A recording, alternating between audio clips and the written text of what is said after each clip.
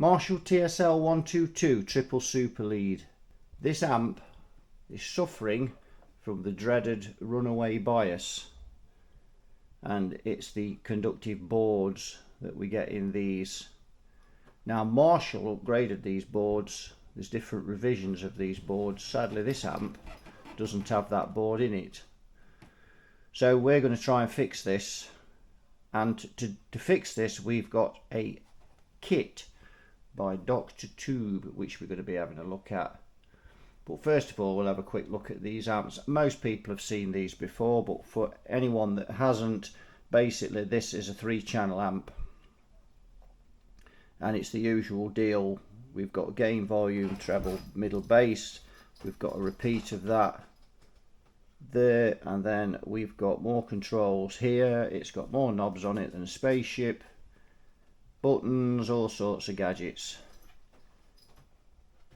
So to repair this I've got to take the main board out, and it's quite a, I wouldn't say it's a hard job, but it's a bit of a fiddly job, an annoying job, because there's lots of plugs and things on the board and we've got to label them all, otherwise we won't get them all back in the right place.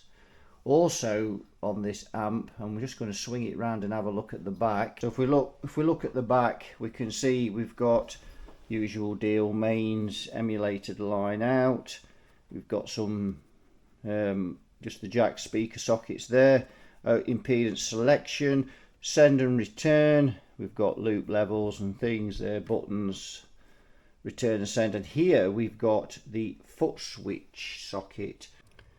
Right, so we've got it on the bench. Now this amp has been to a previous tech, and a very skilled one as well. So he's diagnosed this runaway bias.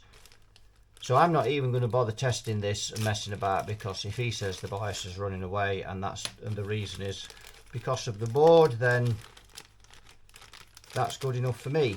So I'm just going to get on and fit this kit. So here's this kit. This is the Dr. Tube stable bias mod kit. Now you can wire this bias in without having this. There is other ways of doing this job. But as we've got this kit, it's been brought to me with this amp, we're going to fit this kit. So here's the instructions, and each thing that you have to do to start off. So one is remove the chassis from the cabinet, completely remove the main printed circuit board from the chassis, which also means we've got to remove this top one here, if you just look. And the reason you've got to remove this top one is because you can't get to the screws and you can't pull that out as well. You've got to number all the connectors when unplugging them, and I've already had a bit of a go at that because I was seeing what I could find to write on there. So I've got a pencil. Some are pretty obvious, like such as that one. So we've got to take all of this board out to get to the main board. So we're going to follow this through the instructions and just see how easy this is to fit. We have also got to drill around pin 5, and with this diamond tipped hollow point drill bit, because we have to disconnect that pin from the PC board completely, or this just won't work. And whether you're using this kit or you're going to rewire the bias, you've still got to disconnect those from the board. By doing that, you've got to drill around the pin on the tube socket. So let's start by getting this backboard out and numbering all these connectors. That's the first thing. So I've started numbering these across, and I've got up to 5 there. So we've got another one here, 6. So you just get, I mean, it's just a case of writing it down at the side of the board, the connector, sorry, on the board, 6, and then writing it on here. And I have to say, I don't do small writing very well, but there we go. And then there's another one here. Now, you know, some of these I would remember where they go just through so much experience of doing this, but I'm still going to go through this. So you've got 7 there. The reason I'm using pencil is it'll rub off easy, and also, you know, we're using this pencil, it's I have to keep sharpening it, making sure, otherwise we're not going to be able to write on there.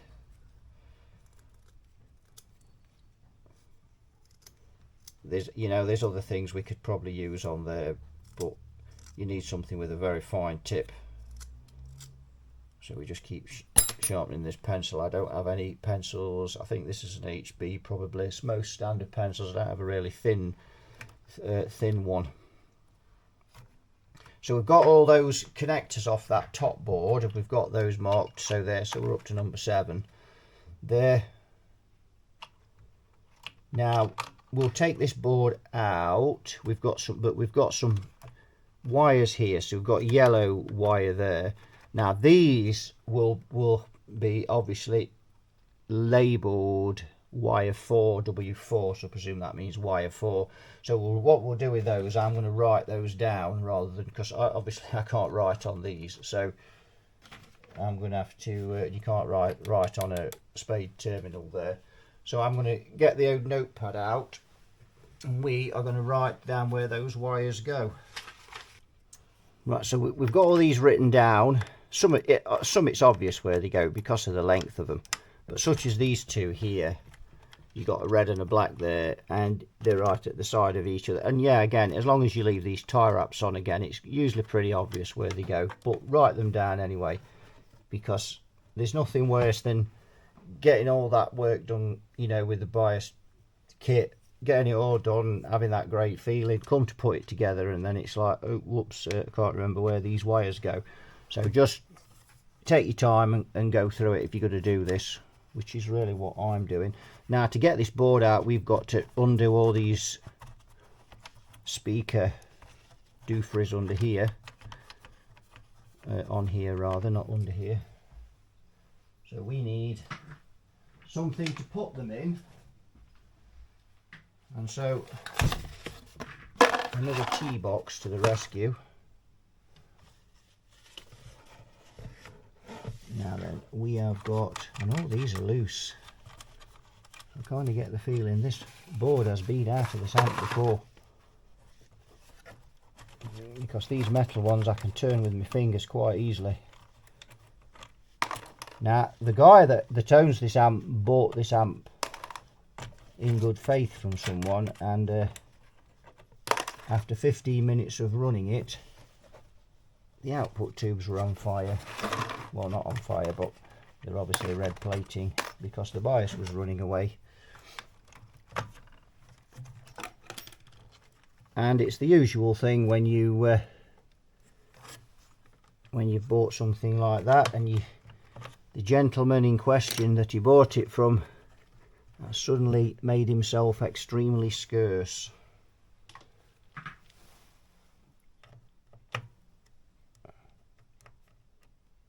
So now it's down to me to fix it. Now there's a socket here, which is I think it's a, what is that, emulated line out. That's got a couple of screws in there, so you just need to take those out.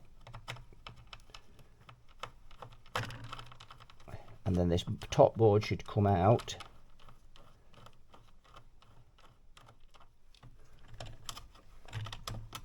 Like so.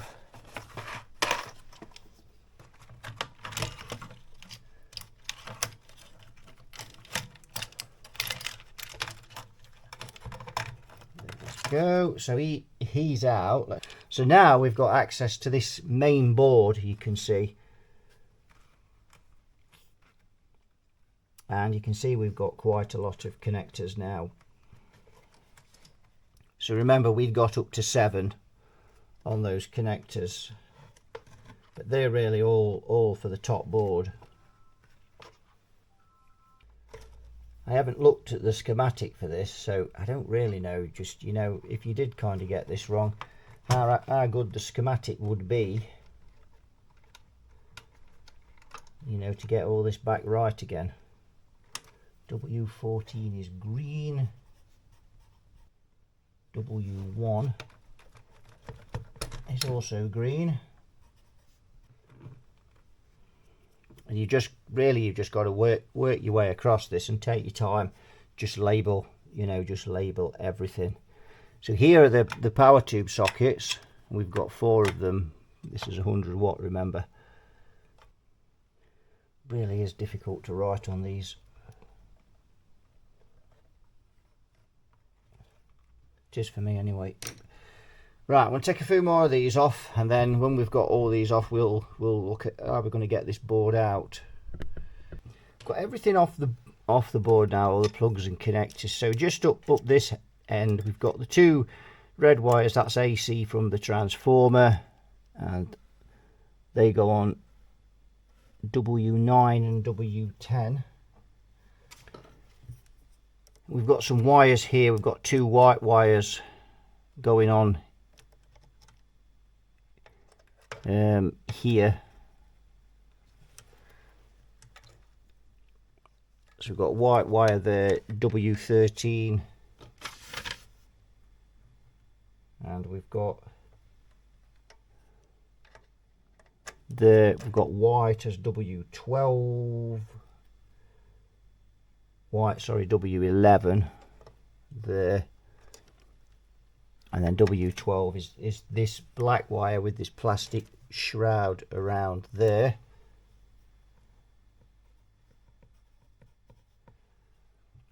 And I think that's everything out. I mean, this one's obvious where it goes, so you know, such as that, you wouldn't need to number that. There's nowhere else that can go but there, and there's no other plug on the board with that many connections to it.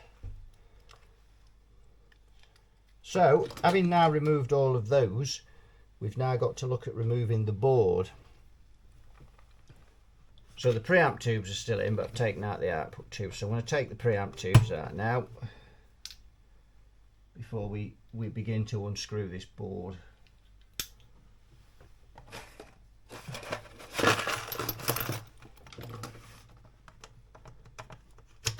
This is one of those amplifiers that gives you that sinking feeling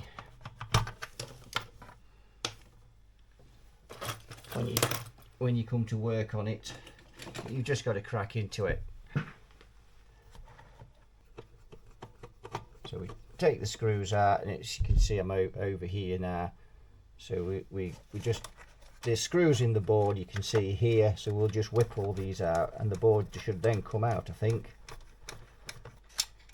So there will be some screws on the other side as well, because this board, so tread carefully when you're going with this. You can see it's, it's flexing there where we've took those out, but it's very tight at this end, so it indicates there'll be some screws underneath we've got to take out. There's another one,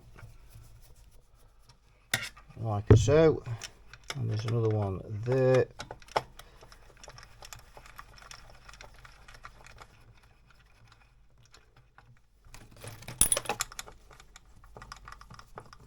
So why am I fixing this amplifier if it's already been to another tech?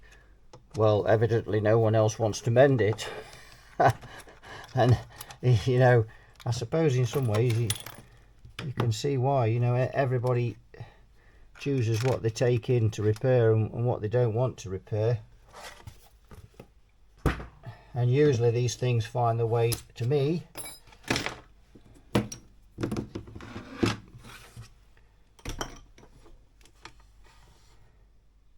Where, and like, I'm not really a keen repairer of solid state amps. I don't like them.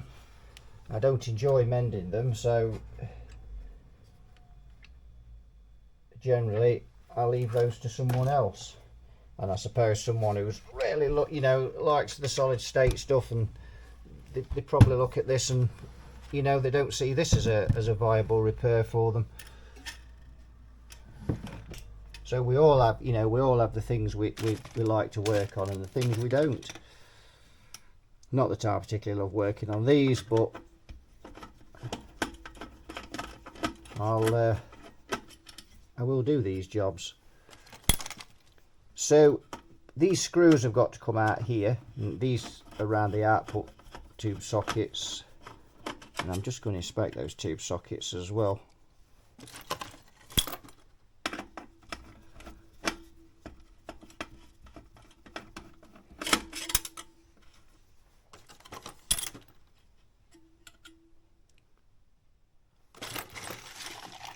Did I, was there only 3 screws in there? One screw in that one.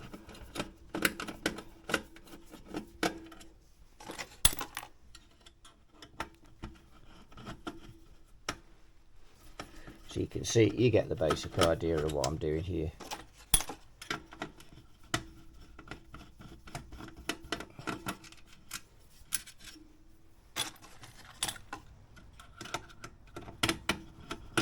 And some of these are loose and well loose, as if, you know, as if someone has been in here to try and fix this at some time and just given up, basically. That screw doesn't seem to want to come out, does it? There we go. So we've removed that screw, and we're still a little tight. Oh, and there's another one, look. I bet you're like, I said, there's 2 there, not 1. And that's what happens, you know, you stare at this thing for so long, you kind of, takes you a while to work out where all the screws are sometimes. I must have looked 20 times over there and didn't see that, and then suddenly I see it. But if you take your time and just, you know, just be really careful with this board. So now we're free at this end. Just bearing in mind, I've never done one of these before, so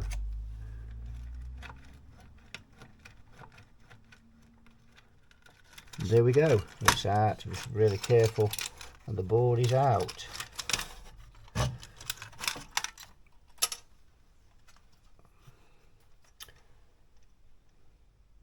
Right, so let's have a look where we are.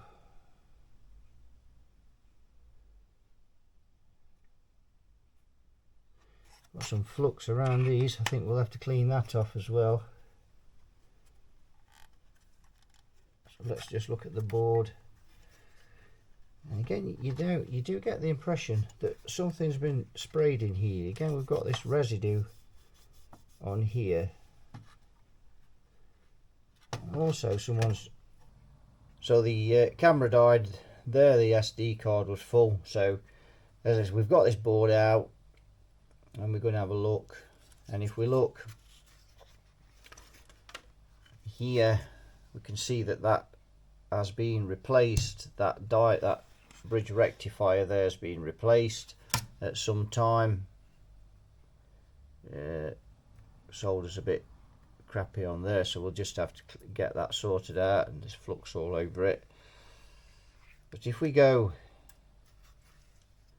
to here, we can see that Billy Bodger's paid us a visit there.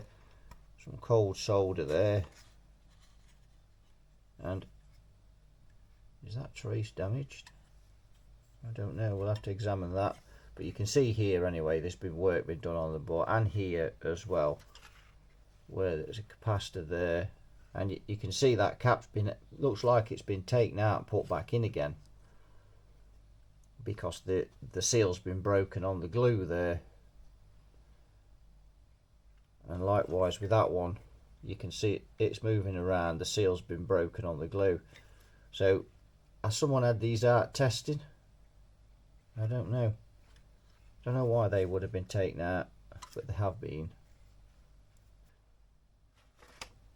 So we've now got the board out, and we have got to, what we've got to do now on here, we've got to free pin 5. So if we look there, we can see pin 5. If we look down there, we can see pin 5. If we turn it over, it looks like it's that pin there. Now the easiest way to check that is to just get the meter. Yeah, I need to be 100% that you're getting the right pin, because once we've drilled these pins out, if you drill the wrong ones out, I'm afraid that will be a big problem. So if we just put one probe, we just put the meter on ohms.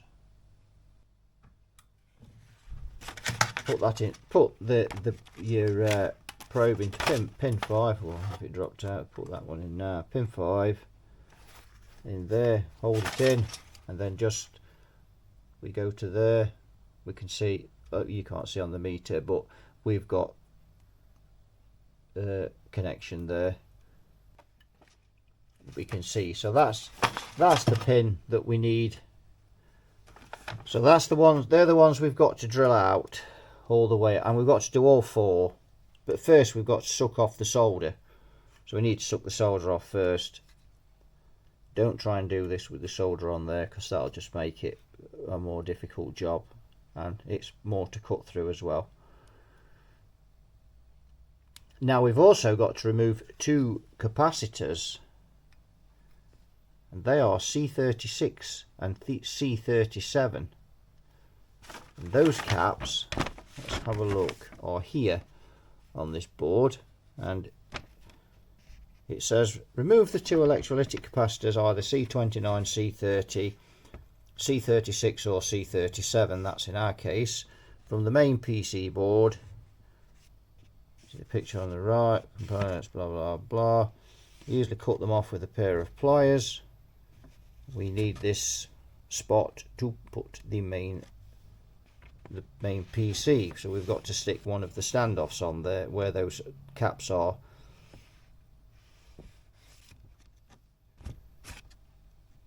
So they obviously for the bias, which is why they're being removed.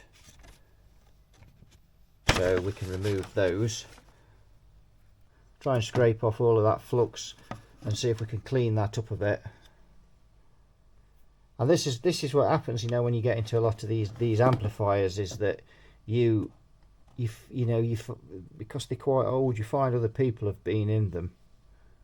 I mean, this is no reflection on the guy that's, you know, that diagnosed the problem. He's never taken the board out of this amp, and wouldn't have to have taken it out to diagnose the fault. So it's nothing to do with him. Someone's been in this amp before, long before he's been in it. And yeah, what they were trying to do, I'm not quite sure. There's another one there, look, and you can see it's just like a ball of solder. Why they'd have those 2 caps out? Maybe when this diode blew, they were doing some testing, maybe. But to put that back like that is shocking. I've took a still of this, and you can see it now. You look at the still.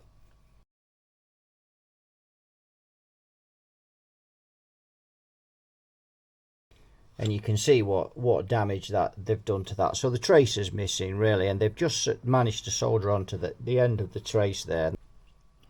Right, clean that one up as well, on the ground there, and you can see that trace remains. They really find these traces, you have to be so careful, and somebody's obviously burnt that one off, made a bit of a mess. You can see in this amp generally somebody's been in it and around it. And you can, for instance, look at this resistor leaning up against this screen resistor here. You know, these have been pushed against it, and there's no way that came out of the factory like that. So, and you really need, you know, those can get hot, and if the tube goes short and the screen resistor burns up, it's going to burn up that resistor at the side of it as well. So that needs addressing. What else? So now we've got another one here. This cap's been taken out, but it looks like only, now I don't quite know what's gone off here, because this cap's got this big ball of solder on, but the other leg's never been out. And again, that's on ground there, and you can see that the seal's been broken on the glue, and you can see a gap down it, so it's not been pushed back in properly. So I don't really know what they've been on with that one. Right, so we've cleaned that up, and that looks pretty much okay. We just, now we've got most of we've got all the flux off it and most of that bad solder. But as you can see here now that this is now raised off the board slightly and wobbling around. We need to get all this old glue off there, and really that one's getting loose. So we'll take all the old glue off both of them, and then we'll just put the iron on there, push that back in, and solder that up, make a neat job of that. Because that's a bit botched. And there's some other places where we've got those obviously there, but they're on a much thicker trace. We'll just probably clean the flux off of those. See any more? There's been some more here where we've just got flux on where they've been at it, but they don't look, that one, they look all right. You can see that someone soldered round this preamp socket as well, because again it's covered in flux there, and if you look at the others, look, there's no flux on them whatsoever. So somebody's been fault chasing in here, there's no question. So you can see I've removed both of those and I've cleaned all the glue out. If you look on there now, you can see we've cleaned those up now, and they're ready for soldering. And you know, a lot of this burning these tracks comes from holding the iron on too long. The tip of the iron's never clean. They don't clean the tip of the iron. You know, I use one of these for cleaning the tip, and really you need, you know, to get these right, you need to clean the tip for every pin that you solder. Really, I tend to. The slightest bit of, you know, you start getting some muck in there, and then it takes longer for the solders to take. You're holding the iron on longer, and then the track's burnt away. Those tracks look okay, but I'm afraid that the one here is burnt away. So we're going to have to look at that. Over time, such a tiny amount of connection there with the heat cycles, over time, you know, that's going to break. But that's 450 volts there, so once that starts arcing away, you know, then that burns more of the track away, and so it goes on, and you know, it needs addressing before we do any more on this amp. As I said, we cleaned all this up. Now what I've done is put new capacitor in, got the ground leg through there, and if you see what I've done here, I've scraped the green off the trace, so the copper's exposed, and then we've gone round the trace there, bent round the trace up to that pin there, which is next connection point. So we're going to solder all the way around there, and that will give us a good strong connection. So that's fixed now. You can see we've soldered it there, and we've brought that round, soldered it all along the trace, and then up to there, and that's made that nice and secure now. So the next thing now, we need to get these two caps in at this end that we remember we took two caps out here, and we had to clean all that mess up, and we clean all the glue off and things there. So we'll get those in next. Right, so they're now in, both of those there and there. You see they're cleaned up now and done right. Now there's a bit of flux there. These have been meddled with around here, so we need to just clean those off. And then the other thing we need to look at is this here, and then round this tube socket. But this here is a right mess, so we need to investigate that next. So we cleaned this up now, you can see, and there is a very slight amount of corrosion on the board. There was so much flux there, it's just began to eat through it a little bit there, but we've cleaned all that off and resoldered it. And I've cleaned that one off as well. We've cleaned all the flux off now, so we can get back onto fitting this actual unit, which is what we were supposed to be doing in the first place. So we need to remove these two capacitors here, C36 and C37. That's where the board is going to sit. This item here, as we've shown you, so that's where that's going to sit apparently. Now we need to turn our attention to these tube sockets here. So what I'm going to do is suck the solder off these pin 5s, and then we're going to get the dreaded drill bit and drill them out. We've got the holes drilled, and you can see we've got there, and the one there. So those are done. I've turned the amp round now, and one of the reasons for that is this board's virtually in now. We haven't fitted the bias probe yet, but I was turning my attention to this top board. Now this 5-pinned in here is the foot switch, and nothing supports this, only the PC board. So when they plug into it, and you can see, if we just turn it that way, you can see that that's all dry jointed there. and it's, I mean, just I think every pin in there is just about except for those back two. Oh, and they are as well, all of them. That's putting constant pressure on it when you're pushing in the 5-pin DIN plug into it. If I let's just pop this into here and we can get it all in properly, like so. Now that, let's get that into there. Yeah. So this, if we just swing it round, you can probably see this is. I thought about trying to get a couple of bolts into this square front on here, but there literally just isn't enough to do that. But there's enough of a lip. If I get a piece of metal and put it across that lip there, it only has to be held from the top, and bolt it either side. We can pin that quite easily, and that will be absolutely fine.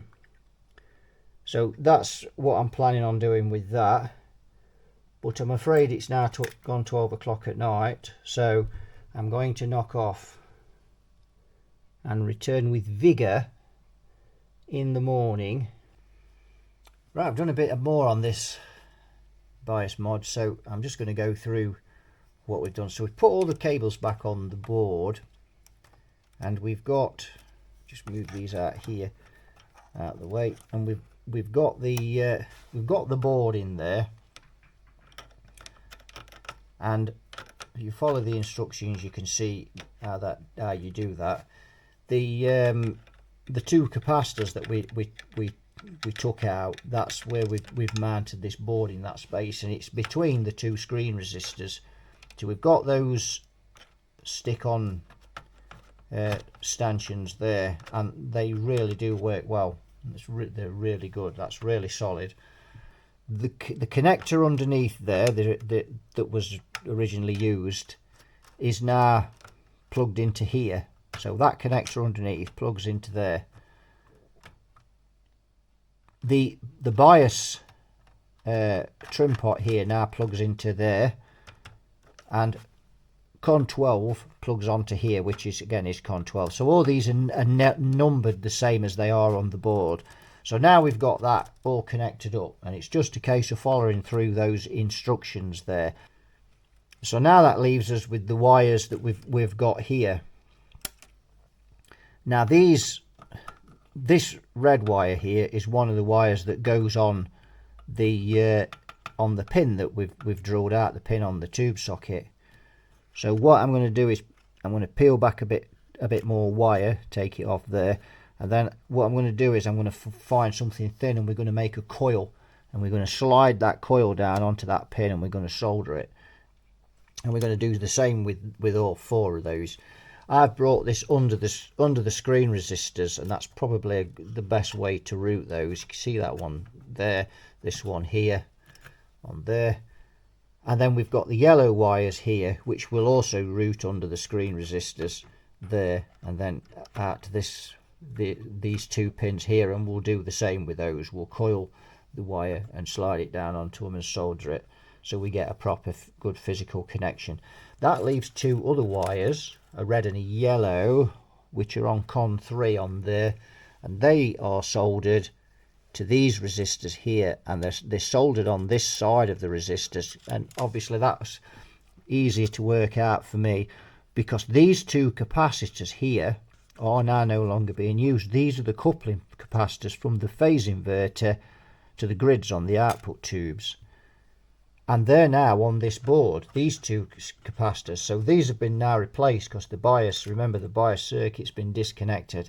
So these now are these two capacitors. These are the coupling caps to the grids, and these two wires here are connected to those, and we'll solder those onto there. And then the voltage that came through these resistors and then went into these caps, because obviously they'll have DC on them, and then these decouple it, and we're just left with AC. But these are now not being used, so the DC will come through the resistors, go down this wire into here, and then be decoupled by these two capacitors on here, which have replaced those. Really good idea how that's been done. And then that's how this old module's been built around that. I presume these resistors Just looking at those, they're the 4 bands, so they're 5.6k. So these will be the grid stoppers on the grids of the tubes. So that's how that's done there. That's all good. So an ingenious little device is this. Very good indeed. You know, I've took my time going through this because I want, you know, obviously I'm trying to show you at the same time what's going on there, and I've probably not explained it very well because that's about right for me. I'm very good at teaching guitar, but I'm not so great at teaching this stuff. I'm good at doing it but not teaching it. But you get the general idea if you follow the instructions. The only thing I would say about this is the images could be a little better. You can see there and there, and all I did was, when you bear the wire back a bit more, I just coiled it around the one of the terminal of a resistor. I've just got an old carbon comp there, just wrap the wire around there and then just slid it onto the pin. That gives you make sure it's tight and get a physical connection, and that way then you know they're on secure. This one here is a bit awkward to get on because of this resistor being in the way. Don't be tempted to just tack it on. Remember, if these come off, it's goodbye to your tube. And also, if you put these in, make sure that they push down and they're not touching the bottom of this resistor, because if that tube goes short and burns out this resistor, as it burns up, it'll burn through that wire, and then you'll have, again, if it burns through that wire, you could have all sorts of problems. So try and keep it away from those resistors if you can, and keep it away from the fuse. Don't drape, like this one, don't drape it over the fuse. You know, make sure it's away from there. So I've soldered in the last one there. Just make sure when you're soldering that one to take this wire off the clip while you're doing it. Whoever touched these, because I've had to scrape all the flux off here, whoever touched these up before has burnt that wire, caught it with the iron, probably as they were going in to do that pin there, or even this pin. Even though this wasn't here, somehow they've managed to catch that. Now this is here, makes that even more difficult, so just lift it off. I actually sort of thought, oh, I best move that before it gets burnt, and then it's like, oh, somebody's already burnt it. So I've tucked these wires in here to keep them away from this screen resistor here, like so. So they're tucked in. We don't want them touching those screen resistors, and if we can help it, or any of the resistors really. And these, again here, we need to make sure they are under there as well. Could do with something to tie them onto, keep them away from there. But yeah, the yellow one's okay. It's the red one, but that's okay now. They're okay, like that. And that's it. So it's all fitted. We've soldered up these two, we've soldered up these two, and we've soldered these two on here. Don't go mad putting too much solder on those. Don't want to join those two resistors. By God, they're close together.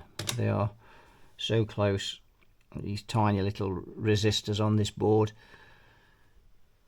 I've actually just double checked with the meter to make sure that there's no continuity between them. If you put the meter on those two, you should get 180 ohms, which is 180k, which is the 100k resistor, and the 82k resistor. If you get a resistance of no ohms, in other words, it's a short, then you know you've joined them together. Right, so now we've done all of that, and we've got all the cables and connectors back in on the main board.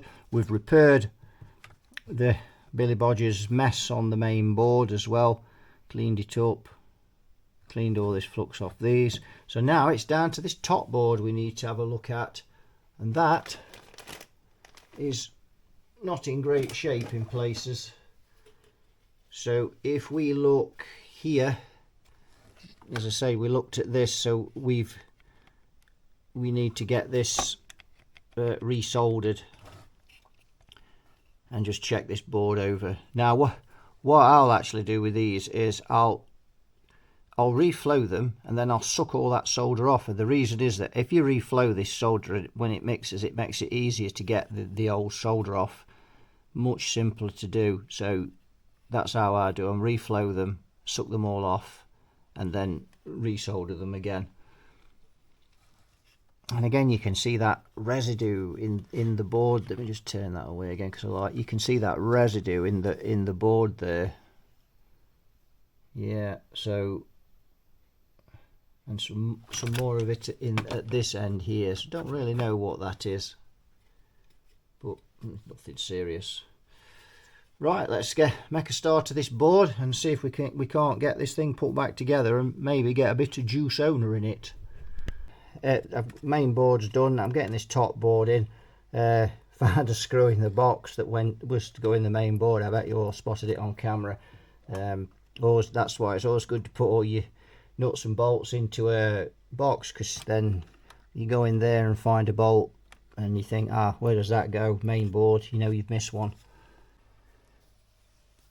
Right, we've got this all back together, and we're going to fire it up now. We've got it on the variac, and we've got it on the current limiter.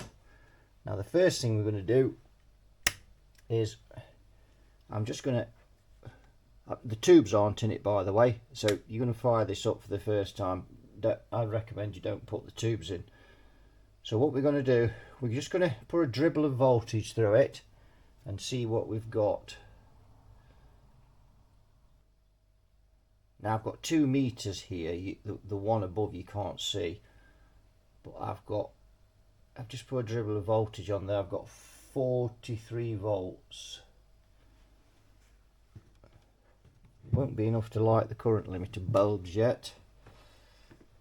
Now what I'm going to check for now is on these pin 5s that we drilled out, see if there's any negative voltage.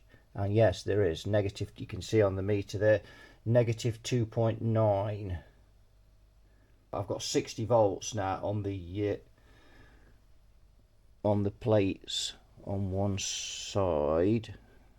Let me just see if I've got that on the other side.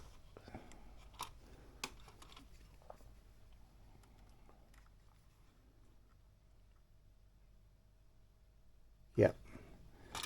So both sides of the output transformer are working correctly. I am just checking as I go through now before I fire this up. Just get inside there too. Yep. That one there. Yep. That one just squeezed down there. Yep. Let's see if we've got anything on the screens. On the output too, so screen resistor there. Get into there. Try this one. Yep. On the other side of that screen resistor. Yep.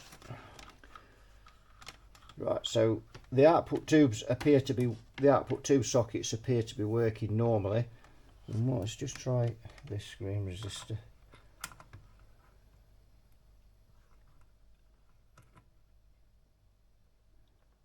Yeah.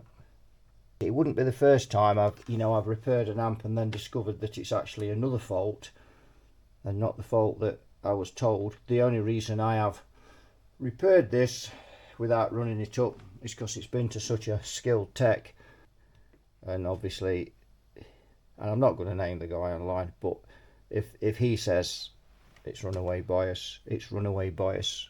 I'm certainly not going to argue with him. So that all looks good. So what we need to do now is put in the tubes, or bulbs as some people call them in some countries. We actually call them valves, but I've kind of started calling them tubes, but I grew up with calling them valves. So we're going to put in the tubes, valves, bulbs, and see if we can get this amplifier up. Right, so we're going to bias this amp now. Now I've set the bias on this now at 70%. But what we're going to do is we're going to pop it on the scope. There, we're going to turn up the amp.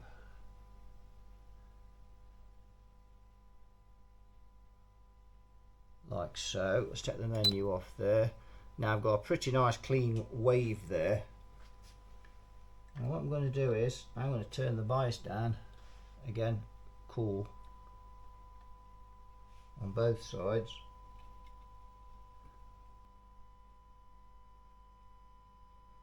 And I don't see any crossover distortion there, maybe just a little there coming in. Let's go, oh, sorry, wrong way. And you can see now maybe just a little there coming in. The tubes are biased at the coolest. So there's a reason why I'm doing this and why I've started doing this more on the scope. Now if we look over at the meter, and if I just swing the camera around, look at the plate voltage now. It's only 433 volts. So if I drop the volume down, we're back to 470. And if I turn the volume up, and now if I keep going, look at the plate voltage drop. So this amp is now flat out at 397 volts. So that tells you that those tubes are drawing a huge amount of current when this amp's cranked up. We don't want crossover distortion in the signal. Now most people wouldn't use this amp cranked up, so let's for logic's sake, let's just say it's up about halfway. So we've got 425 volts there.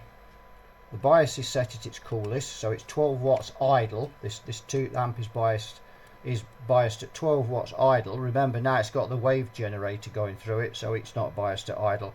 The amp is turned about halfway up. So let's check the volts drop across that side of the transformer.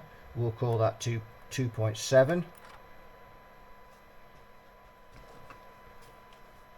So let's do the maths on it quickly. So we've got 2.7 divided by 15.3 equals divided by 2 equals times 429, and these tubes now are dissipating 37 watts each. Remember, these tubes only at 100% dissipation is 25 watts. So let's go back here. So now we're back looking at the scope. Let's just turn the volume up.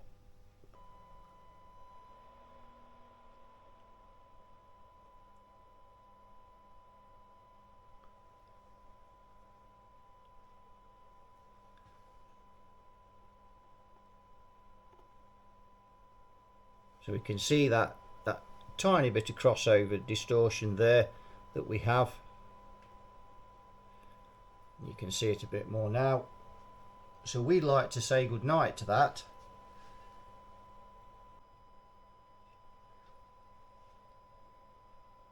So we've increased the bias slightly. Let's increase it a little more. So we've more or less got rid of the crossover distortion there. So now let's see what the bias is set at idle. 13, that's actually 13 watts dead, and the other one's 13.8. So we could just go up a smidge more on that one. It wouldn't be a huge deal.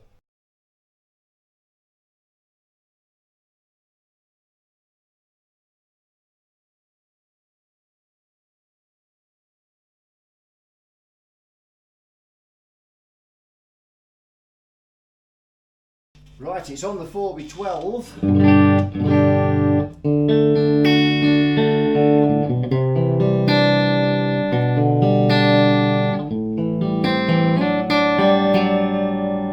Now it's not a single coil. I had this amp, obviously we've had it running on the bench for a good while, then I've had it off for 15 minutes, back on again. This transformer is getting quite warm.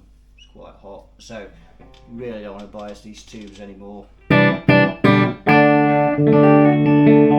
it sounds fine.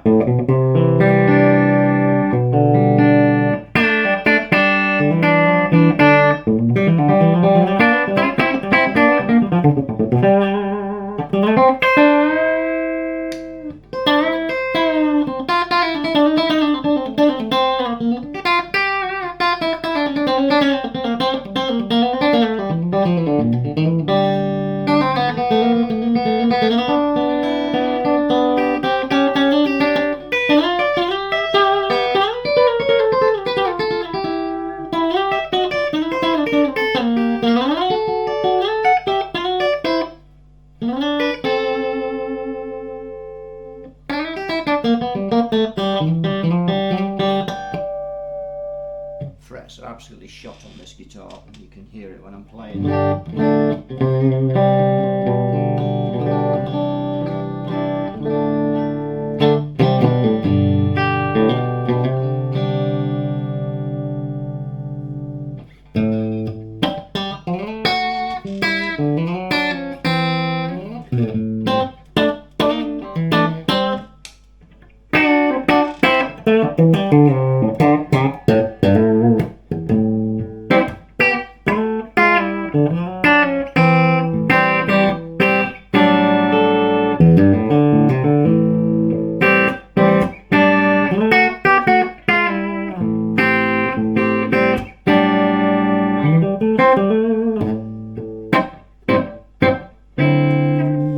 Right, let's flick the O channel button, and I've got it on the hot plate as well.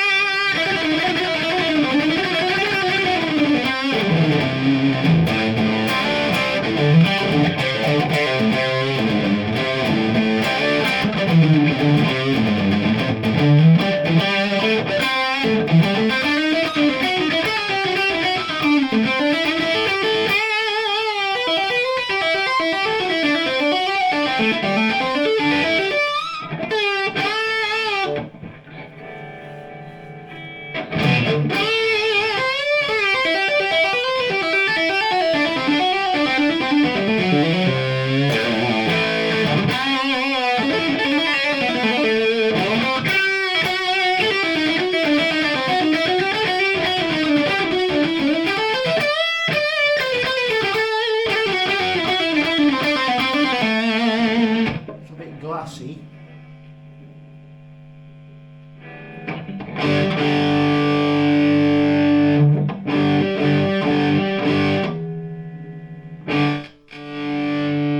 Pots need a clean as well. Some of them are just a little bit. We can do that, it's no big deal, is it?